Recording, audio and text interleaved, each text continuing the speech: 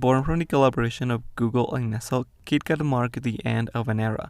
It was the last version of Android to feature the Holo interface, and the last one to have that 2D edge design with subtle 3D-like effects in its icons and visual elements that made them pop out from the screen.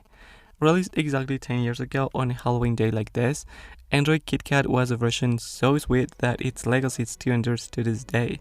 I still remember when Google and Nestle gave away credits for the Play Store inside every KitKat bar. I bought so many apps using those credits since I didn't have a credit card at the time.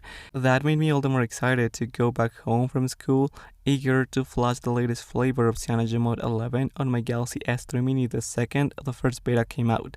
But it's been 10 years since all of that, and you know, a decade is an eternity for any operative system, and for humans as well. I even got my first gray hair for God's sake. So as a commemoration of my favorite Android version, we'll have a look at what made it so special and what it can still do a decade later. The history of Android KitKat starts with Android 3, which was the first version of Android to abandon that cartoony and unresponsive sort of feel which made Android a bit off-putting to many, being more simple and easy on the eyes by introducing the at the time brand new Holo interface. Honeycomb felt more modern and simple and was a huge step up, but the drawback was that it was only available for tablets, and it wasn't until Android Ice Cream Sandwich that this UI made it to phones. Ice Cream Sandwich accentuated the blacks, darkened the apps drawer that was previously transparent, and put more emphasis on that electric blue touch of Honeycomb. With every new iteration of Jelly Bean, they didn't focus much on changing the UI, but rather on adding more features like users or toggles for the notification bar.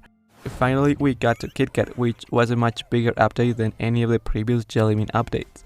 The Holo interface saw a massive overhaul with KitKat, resulting in a cleaner, more simplified and modern design. The dark theme and the blue accents in the UI were replaced with a brighter and more uniform interface. The icons were changed for more aesthetic ones, but keeping the depth that made Holo so special. The transparent app drawer made a comeback from Honeycomb, but the apps and widget tabs were removed. The status and navigation bars became translucent, among other changes. But not only the UI saw a change, but also things under the hood like the introduction of ART, the runtime environment responsible for executing and managing Android apps, which is still being used to this very day. They optimized Android to run on devices with as little as 512 MB of RAM, like this one right here, and added support for 64-bit processors. But Android KitKat and its features alone wouldn't be so special without the hardware that came along with it, which was a big part of the fun, especially having the privilege to witness the rapid smartphone evolution happening right in front of our eyes. I mean, just look at this. We went from this to this in just 3 years. How couldn't you get excited with the amount of new things we were getting? Smartphones back then had more character and soul. They came in more colors, shapes, and textures, and weren't limited to just being a glass and metal sandwich like now. Plus, they always had you waiting for new exciting features that actually had an impact on your everyday life. But with KitKat, we reached a point where you had almost any feature you could ask for. Sure, it wasn't perfect, but when using it, you had a feeling of freedom, as if you were in the Wild West of operating systems. Back then, you weren't so limited by Google or OEMs, stopping you from doing whatever you wanted with the phone you bought with your own money. From KitKat onwards, my interest for new versions just went downhill, to the point I don't even know or care what new features Android 14 brought to the table. If anything, they've been removing features and locking the system on behalf of security, treating us like children who don't know any better. And that makes me feel like Android is becoming iOS with every new iteration. I mean, just look at the Galaxy S23 Ultra, devoid of the great features that made old Samsung phones so special, to now feeling like an iPhone with crappier software, far from the Android Wild West of the past.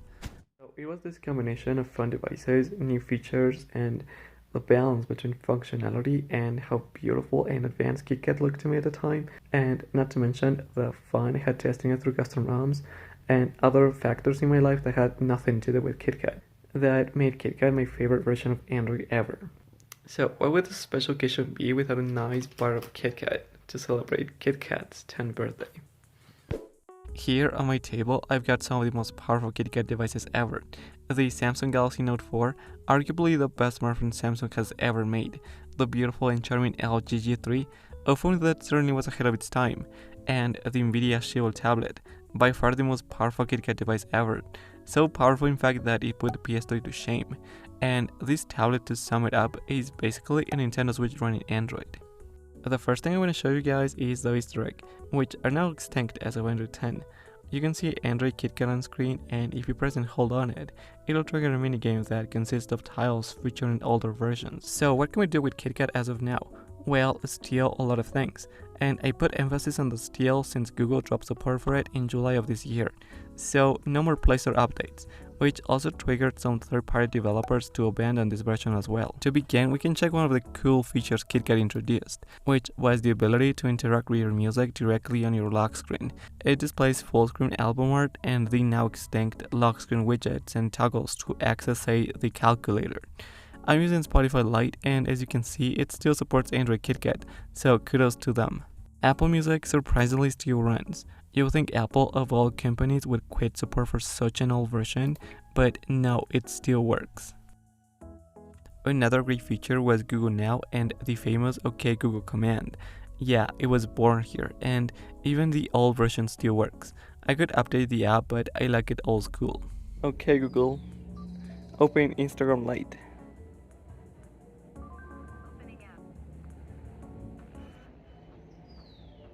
If you think multi-window is something we couldn't do back then let me tell you you're wrong, because multi-window was even more advanced then for some reason. Why? Because we could rearrange the apps in any position we wanted. On my Pixel 6 Pro it sucks that there's only 3 possible rearrangements. For example, if I want to listen to music when I'm writing something, I could do so without YouTube taking a big chunk of my screen real estate. And there were other functions exclusive to other UIs like TouchWiz or Optimus UI, such as the ability to have apps inside little bubbles, which I guess wasn't really that useful on a phone, but you know, it was nice to have it just in case. The status and navigation bars also saw some pretty big changes. Not only did it get translucent, but now you could hide them. I know, that sounds crazy now, but on Android 4.3 and before, if your phone had virtual buttons, that was like a curse that was gonna be with you at all times when watching videos, playing video games, reading. You always had them there taking up space. You just couldn't get rid of them. But that all changed with KitKat that introduced immersive mode, giving us the power to show and hide the status and navigation bars with a swipe, which is something we now take for granted. We can still use the Play Store to download apps. Some of them are still there, but others aren't anymore. But overall, the apps most people use on a daily basis are still compatible, and that includes social media apps like Facebook, which I've seen run even on potatoes, so it wasn't gonna be any different here. The latest and greatest version of Instagram Lite is still compatible with KitKat, and it's fully functional. An old version of Snapchat from 2022 surprisingly still runs. Sure, it's a bit laggy because it's a very demanding app, but it does work. TikTok Lite, if you want to use it here, is still perfectly serviceable. The same goes for the messaging app Telegram, which can still be used, but the same doesn't apply to WhatsApp, which stopped working on November 1st, just a day short of its 10th birthday. But there's still ways to get around this. Using Chrome or Edge on desktop mode, you can still use this app if you want to. It's not ideal, but better than nothing. YouTube hasn't been updated since late 2019, and doesn't work since 2022, but the superior YouTube Advanced version still works just fine. I mean, even the $1 phone can still play YouTube videos, so no worries for now. Anyway, something that struck me is that YouTube Music still works, and it does play videos. So if you know a way around to get it to play regular videos and get a fully functional YouTube app, tell me in the comments. For Twitter, now X, I use the Edge browser to create a shortcut to access it like an app. And this is the way I actually use X, since usability wise, you don't really gain much using the regular app. And when I was recording this, Rockstar officially announced an upcoming GTA 6 trailer, so I had to pause there for a second to process what I was looking at. Anyway, as you saw, web browsing is not a problem, at least for now. The most up-to-date browser for Android KitKat is Microsoft Edge, with the last update dating back to late 2021, which is enough to load pretty much anything, and that includes websites like Google Barf. I'm sorry, Google Bart and ChatGPT. I went out to take some pictures to see what the cameras of the smartphones of that era were capable of, and let me tell you, they're pretty decent. Sure, that varies from device to device, but my Galaxy Note 4 and LG G3 are able to get some pretty decent shots and are still better than most low-end phones of today. When it comes to gaming, sadly, Android KitKat is being dropped at a rapid pace. In early 2022, when I wrote most of the script, the variety of games we could play was much bigger. For example, Clash Royale and Clash of Clans dropped support for KitKat in late 2022. The same was the case for Call of Duty Mobile and League of Legends, which were playable just a few months ago. PUBG, on the opposite side of the spectrum, is still compatible with Android 4.4, and the game is perfectly playable on my Nvidia Shield tablet. The same goes for Free Fire, which is another great game that is still compatible. My Nvidia Shield tablet has a blast playing this game on max settings. Old school games like GTA San Andreas run perfectly with everything set on max on the KitKat devices I have.